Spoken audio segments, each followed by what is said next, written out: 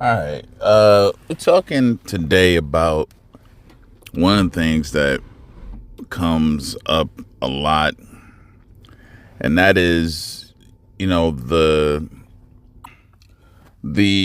how can I put it, about people being the they call it the trauma bomb, but I just want to speak more in layman's terms about still missing the narcissist even after you know for some of you made a decision to leave them, right? And you start second guessing that decision after a while.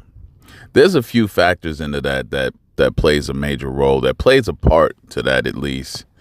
And they vary, right? It varies on each, like every last one of us has a different lifestyle, right? Every last one of us has things and stuff that we do that will vary from person to person.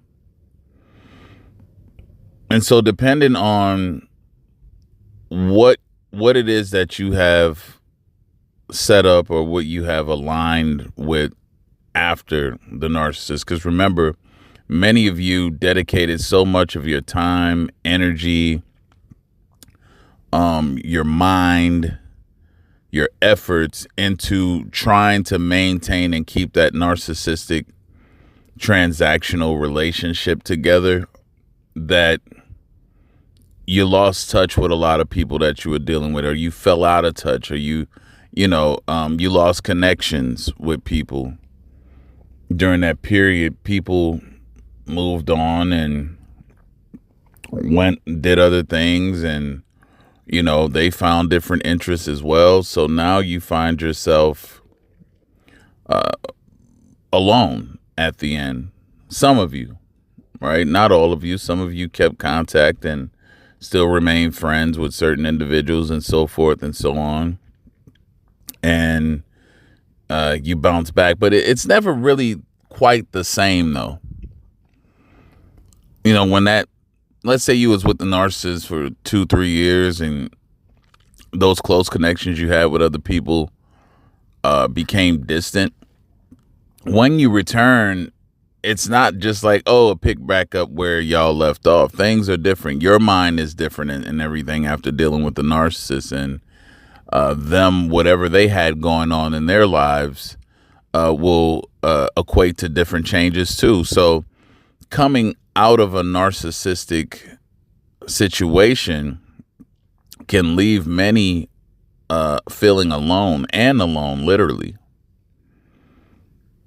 And this is why it's so common for people to continuously go back and forth to narcissists. Now, y'all get on here and y'all will hear everybody talking up about, oh, I've been no contact for this long, this long, this long. But just as many of you that have stayed no contact is just as many of you who have went back. You're just not hearing about them. Over the years of me doing this, I know plenty of people who have went back to the narcissist in a sense of, damn, even though I was going through it with them and things were bad, at least I had something to look forward to.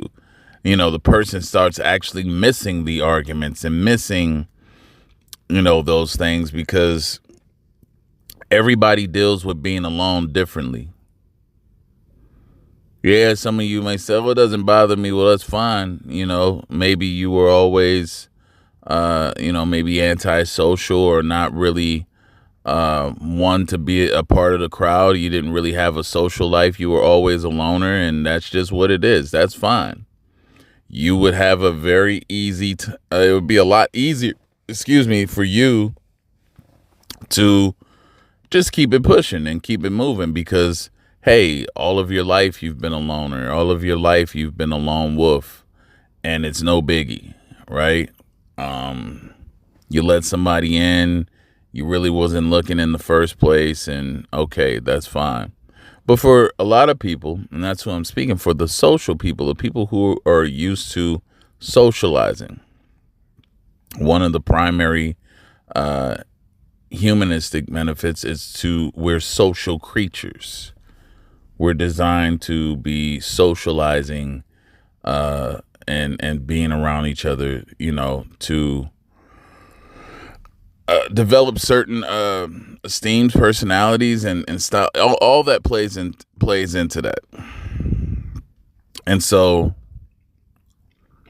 those of you who are socialites, it can really weigh on you, especially if you've been isolated from friends and even family for so long.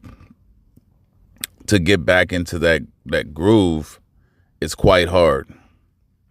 Because now you step back out, you don't have the same amount of trust. You've been burnt now, so now you're unsure of yourself. You question your judgment a lot more. And that's a big thing. A big part of healing, y'all, is number one, being able to trust your judgment without being critical of everything. Because a lot of times when people go through things, they're critical of every single thing under the sun, which may not warrant something to be seen as a threat. But because a person has went through these things, they're critical of everything. They're hyper vigilant towards a lot of things now. And those things can be worked on. And there's therapy and coaching for that. But that's a part of it. What happens when a person has left the narcissist and whatnot, they get to this point of not being sure of other people. And so they tend to stay more alone from that point. They don't get back out and just try to pick up where they left off. So in a sense, the person of who they were has been altered and changed from dealing with the narcissist. And that can throw that person into depression and those sorts of things, because it's a sudden, abrupt, and I think that's why a lot of people kind of prolong dealing with the narcissist, because they kind of know, they internally know that once the narcissist is gone, life takes a total different turn, and now they have to get used to and go through all of the stages of, sadness, grief, depression, all of that, till they are fully healed from it. And a lot of people are afraid of that particular aspect of getting out of that situation or letting somebody go or breaking up, that whole thing. People don't want to go through the aftermath effects of what goes on when that type of thing happens. Some people, they know they're not built for that, or they know that, that's going to be rough in the situation that they're in. A lot of people don't have anyone to go to or depend on anyway. They were already with a weak support system or whatnot when they got with the narcissist. And so, yeah, I mean, that's a big part of that of what can happen is, once everything got, disconnected with them and the narcissist, it's even harder on them. And they try to avoid that by just sticking with it and just compromising and hoping for the best.